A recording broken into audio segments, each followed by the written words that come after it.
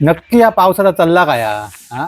जेव्हा आम्ही शाळेत जायत होतो कमकमान पडा तरी आमका सुट्टी मिळत नाही होती. आणि आता यांच्यानी 8 दिवस पाऊस पडता, यांच्यानी सुट्टी दिला आणि सलग 2 दिवस.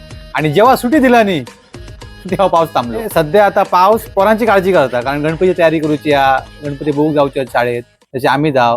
पण आमका पाऊस पडाने काय तर जाऊ नये. अगासर पाऊस पडलो तरी येतात, झग मारी शाळेत या, समाजला वाहला तरी येतात. काय सांगतलं आता. इतको पाऊस होतो ना, इतको पाऊस. तेव्हा आमका सांगित पाऊस किती पडू दे, तू ये आणि आमच्या घरातली आवशी आमका सोडूक द्या शाळेत. आणि आता पाऊस पडतोय ना, नको जाऊ, थांब तू घरी आत, काय ना शाळेत नाही गेला तरी चालेल असला सांगतं. आणि आमका वाटायला चल पहिली आणि येऊ नको, इतको पाऊस पडता ह्यांका शाळेत सोडीत. समजला पाऊस पडलो काय जावा, चला घराकडे जावा, अर्धवट शाळा सोडून घ्या. आणि शाळेत आमका हगाक झाला तरी अजिबात नाही, पोटात दुखला तरी नाही, तुका तटकी जाऊ नये शाप तुझी, एटा गेलो तरी नाही. आणि आता पोटात दुखायला सर जरा छातीत दुखतंय, दादा बाबा घरी जा, सर सोडू घेता. आणि आमचं काही एक नाही, जा जाऊन तिकडे जरा झोप, मग तुला बरं वाटेल. झोप म्हटला नाही का आमचा थंड कसा तरी घरात पडायचा, सुट्टी कधी मिळा, कोणतरी ढकला तेव्हा. म्हणजे असा विषय होता. काय सांगितलं तुमका बाबा, आमची इटमणूक झाली. त्या सगळ्या जाऊ नये, गेले ते दिवस राहिले तर आठवणी.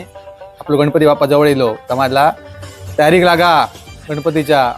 माझं काम जोरदार चालू असा. गणपती बघ येतलंय मी, मोदक करून ठेवा, समाजला मोदक मला आवडतात. गणपती बाप्पा मोरया.